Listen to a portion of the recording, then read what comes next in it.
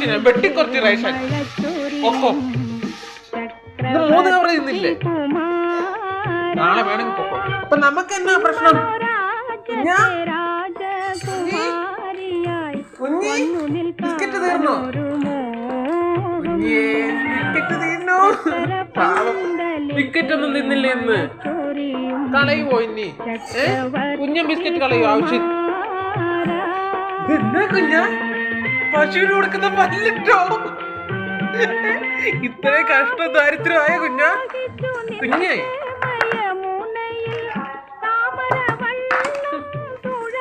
ഇത് നോക്ക്.